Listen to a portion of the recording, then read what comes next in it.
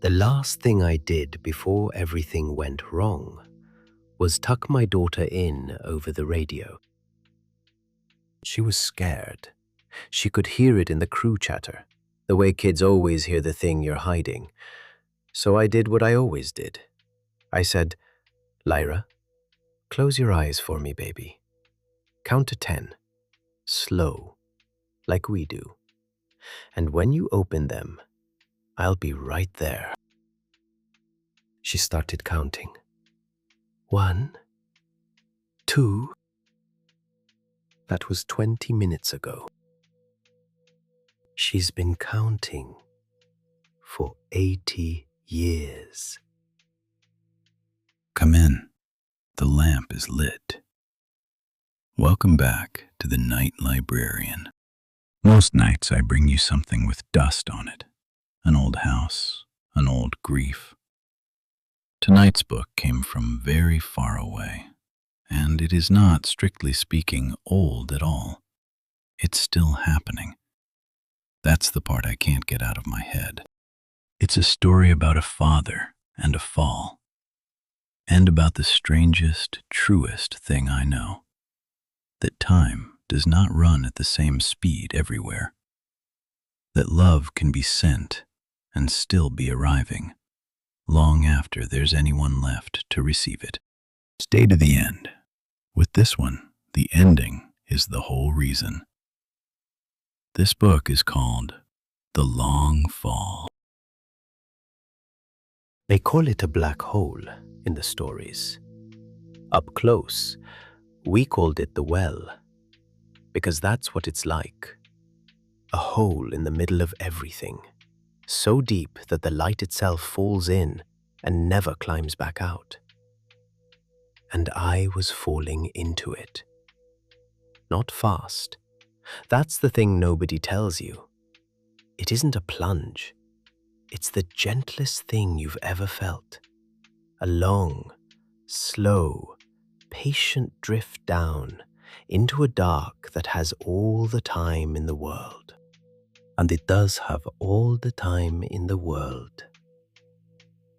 That turned out to be the whole story. But here's the one thing you have to hold on to, or none of the rest makes sense. There are 2 lines around a place like the well. I'd already crossed the first, the point past which you can never climb back home. The dead engine decided that. But the second line is deeper and darker, the edge past which nothing escapes at all. Not light, not a voice, not the faintest signal. That one I never crossed. I only fell toward it, slower and slower, close enough that my clock nearly stopped. And I stayed on the near side, the side where, if you call out, the sound can still crawl back into the light, stretched thin as a wire and failing, but out. That thin, failing thread was the only reason the radio still reached her. From where she sat, far away on that small blue world, I would hang at that edge forever, never quite falling in, still on the outside of the dark, still talking. For a while I was calm, because a pilot is trained to be calm, and because the radio still worked. That was the mercy of it, I thought. However this ended, I wouldn't end alone. I could still reach home. I could still reach her. So I keyed the mic, and I made my voice sound like nothing was wrong, and I called down the long line toward a small, warm house on a small blue world, where my daughter was 6 years old, counting to 10 with her eyes shut tight. Daddy? Are you there? I opened my eyes and you're not here. I'm here, baby. I'm here. I'm just running a little late. Count again for me. I'll be there before you finish. I really believe that. God help me. At the start, I really did. Mission Control was the one who told me, in the flat, careful voice they use when the news is the worst kind. They said the well was bending time around me.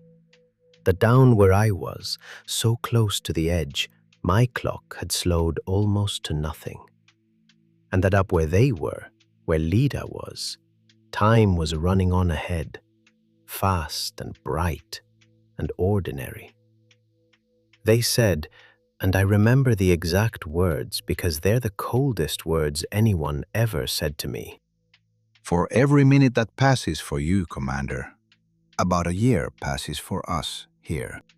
For every minute, about a year.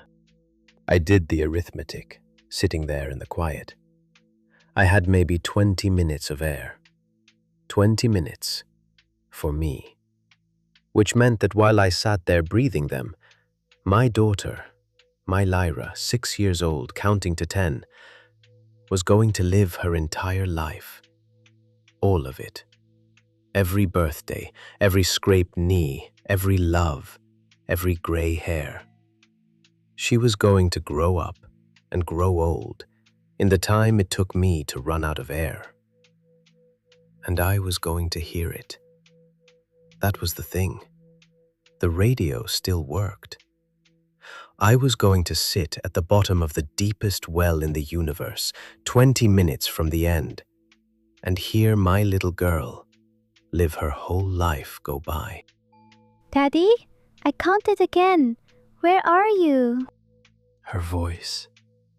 Still 6, but already, I swear I could hear it, already just a little bit older than the last time. I'm coming, sweetheart. Keep counting. Daddy's coming. All right? Daddy, I'm 7 now. Mom says the men on the television say you're very far away. She said you might be far away for a long time. Are you far away? A little far, baby. But I can still hear you. Isn't that something? I can still hear you. Dad, it's Lyra. I don't know if you can still hear me. I'm 11 now. I got a medal at school. I wanted you to know. Mom cried, but I think it was the good kind. I heard it, sweetheart. I heard every word. I'm so proud of you. You have no idea. Dad, they say you're still there. Still falling, they said. That doesn't even make sense. I'm 16. I'm so angry at you and I don't even know why. You didn't do anything, you just didn't come back. I know, baby. I'm sorry. I'm trying. I've been trying the whole time, I swear to you. It's only been a few minutes for me. I'm getting married, Dad. I keep a radio in the house. Everybody thinks I'm strange for it, but I always thought, if you're still out there, still hearing me, I didn't want you to be talking to an empty room. So I kept the radio on. My whole life, I kept it on. You kept it on?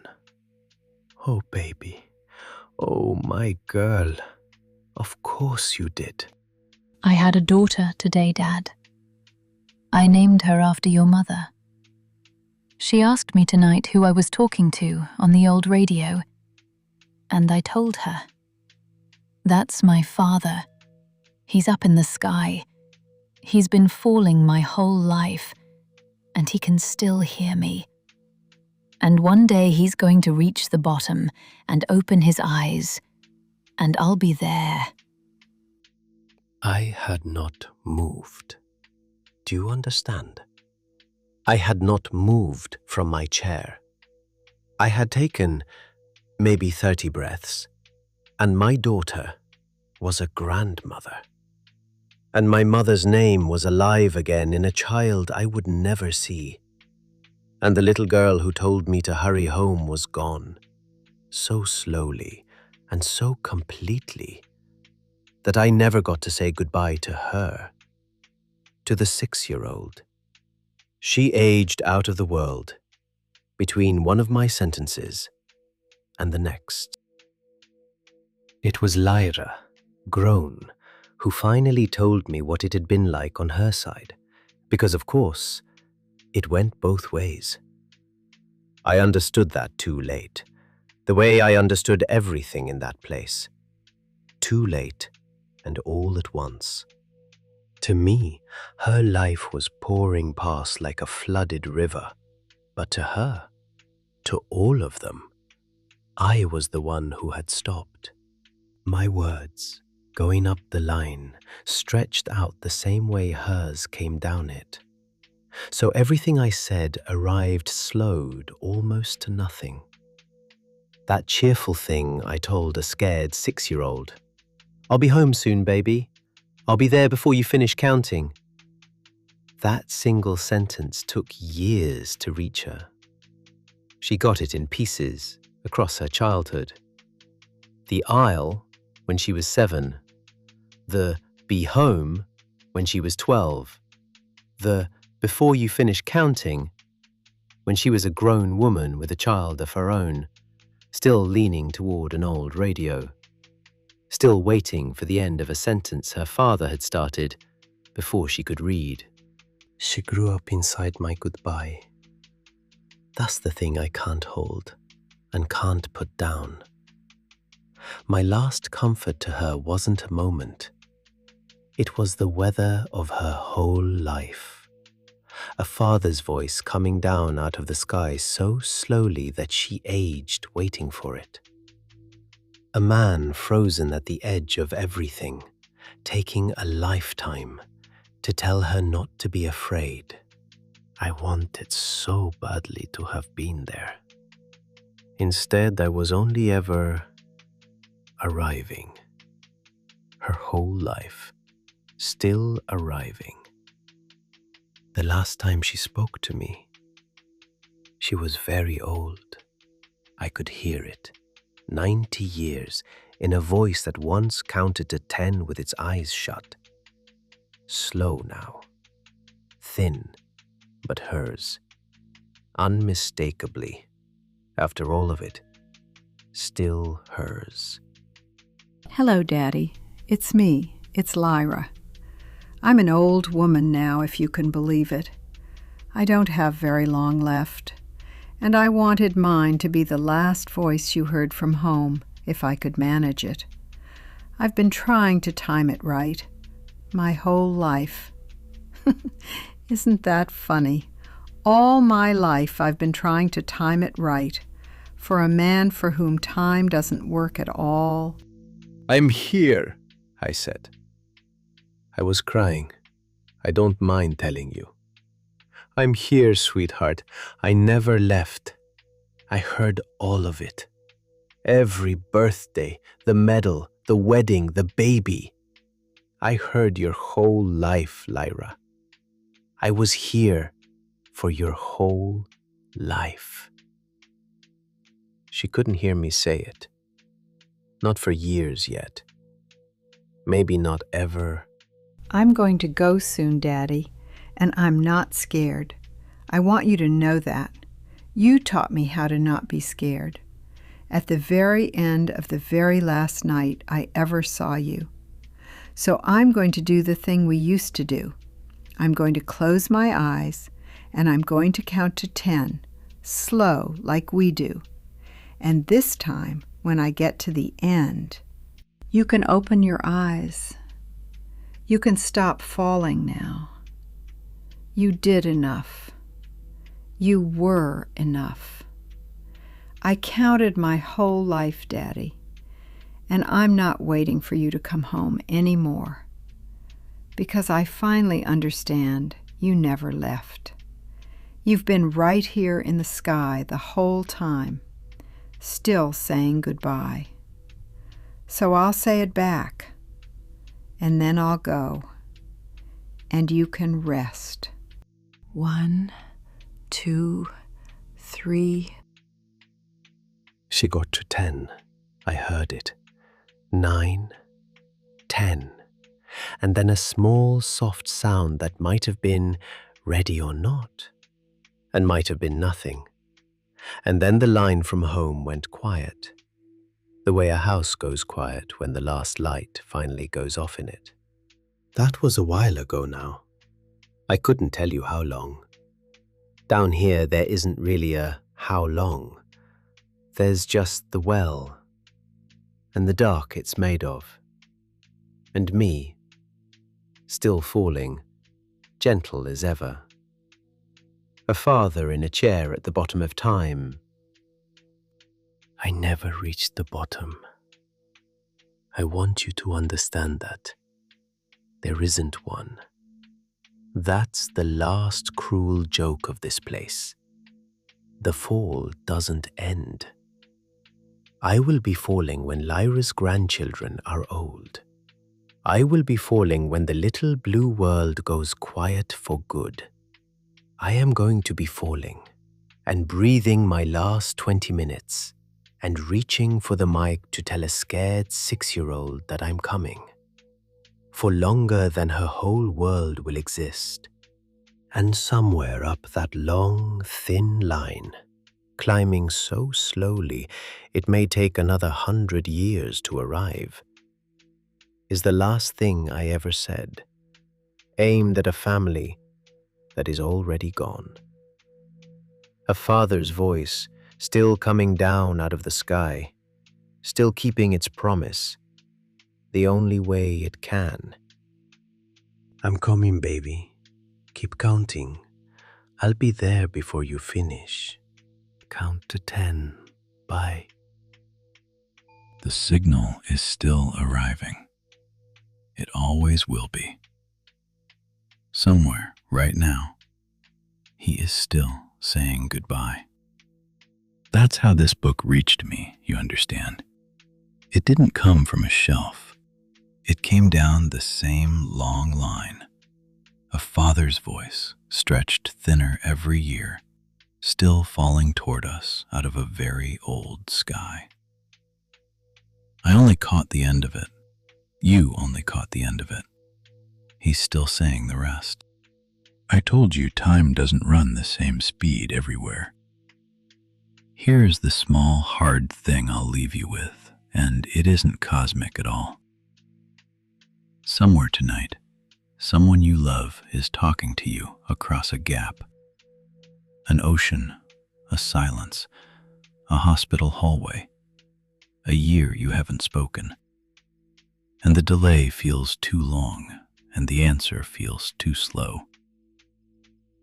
Answer anyway. Send it anyway. Love travels slower than we'd like, but it does travel, and it keeps arriving, long after we think it's too late. If you stayed all the way to the end, thank you. Sitting with these stories is the whole of what I do here.